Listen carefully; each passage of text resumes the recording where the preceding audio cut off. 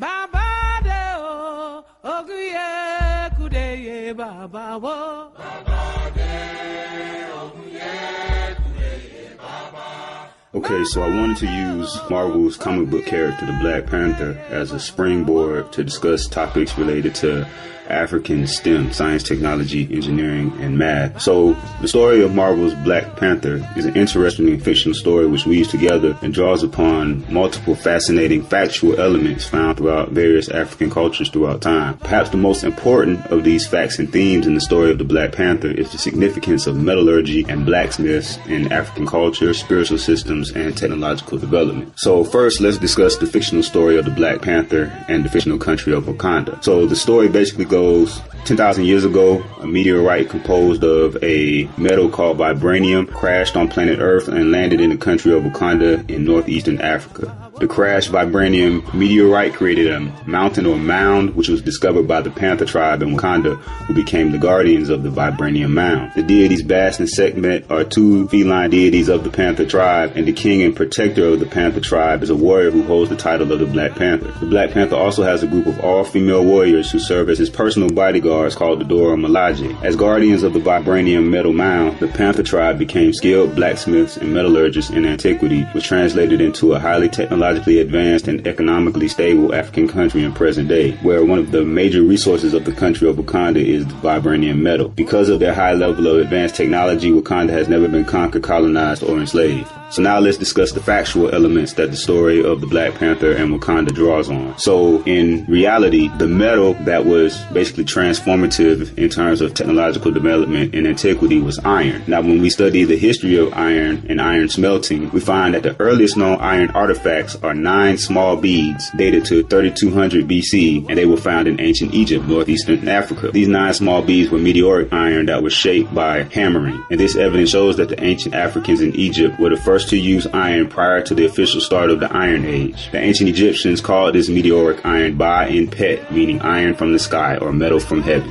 Additionally, the ancient Egyptians' word for the blacksmith's forge was kepesh, and this same word kepesh was a homonym to a word used for a scimitar-shaped metal weapon casted in a blacksmith's forge, as well as to the constellation of the Great Bear, Ursa Major. One of the names of the 7th pharaoh of ancient Egypt's first dynasty was Mer-Ba-Pen, which literally translated as lover of iron, which showed the fundamental importance of iron to the ancient Egyptian culture as early as the first dynasty. The ancient Africans in Egypt, who were blacksmiths and metallurgists, also had knowledge of several different types of metals and metal alloy. We have metal nether words for meteoric iron, which was Ba in Pet, metal nether words for smelted iron, which was Benpi, gold was Nu, silver Hetch, copper, tin, bronze, gold, silver alloy, and electrum. These are all metals or metal alloys that we actually found attested to in the metal nether. Now, the metal nether word for blacksmith was messen, singular, and messinu, plural. So it is my belief that this metal nether word messen, which meant blacksmith, is actually cognate to our English word mason. Again, they're similar in phonetics and have a similar definition or meaning.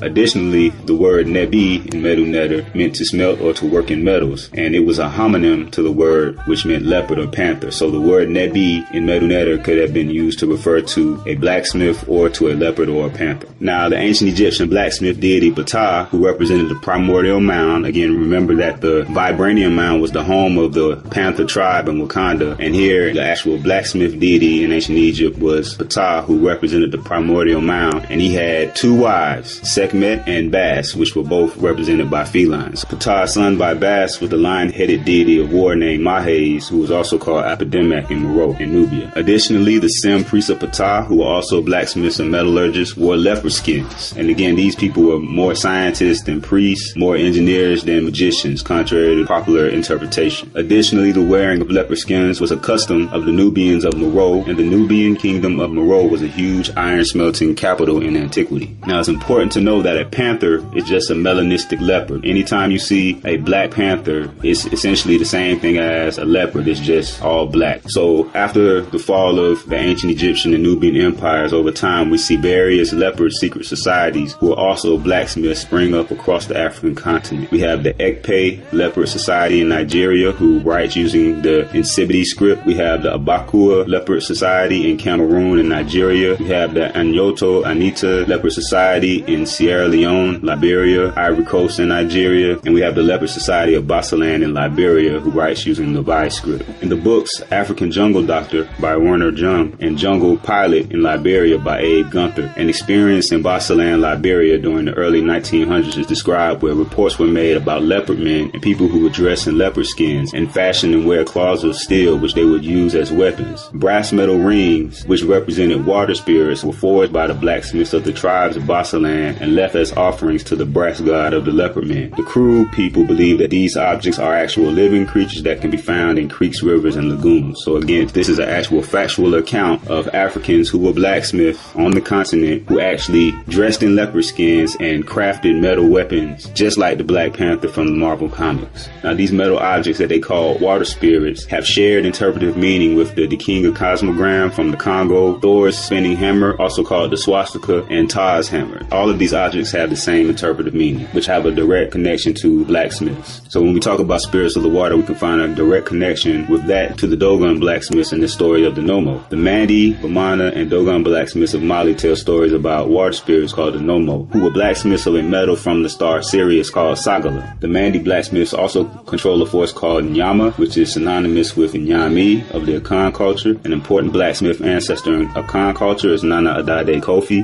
The Mandi blacksmiths of Mali form castes called Numu. Again, we have a phonetic similarity of the Numu blacksmith caste to the Nomo blacksmiths spoken of by the Dogons. In the Dogon mythology, one of the Nomo blacksmiths was named Ogo, who is synonymous with the Orisha blacksmith Ogun in Nigeria. And the blacksmith culture in Nigeria has actually existed since 1000 BC with the Nok people. Ogo in Mali and Ogun in Nigeria are also called Gu in the Dahomey culture of Benin. Now, in the Dahomey culture, the blacksmith Ogun, Ogo, or Gu is said to be married to the warrior Orisha Oya. The 19th century kingdom of Dahomey, who were practitioners of the system of Udun, which acknowledged Oya, developed an all-female military regiment who were an embodiment of the warrior Orisha Oya. So this is where the Black Panther fictional story got its concept of the Dora Milaje all-female warrior force. Additionally, the warrior queen characteristic found amongst the women of the Dahomey kingdom was also found amongst the Kandakes or Candaces of the Nubian iron smelting city of Meroe.